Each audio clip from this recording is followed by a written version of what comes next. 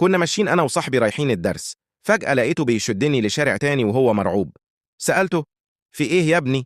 قال لي: الشارع ده نحس مشيت منه الصبح لقيت راجل غلبان بيقول لي: حاجة لله يا محسنين.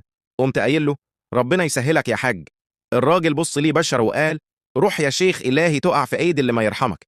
وبالفعل في آخر الشارع طلع عليا حرامية وخدوا مني الفلوس ودوني علقة موت. قلت له: يا عم ده ذنب الراجل، تعال نرضيه. قال لي: لا طبعا، الشارع ده مش هعتبه.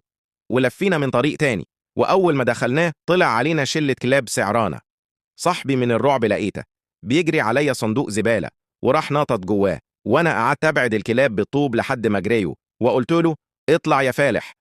طلع الأخ وريحته كانت عامله زي السمك المتعفن وفضلات الكلاب، وكان عايز يروح يستحمى.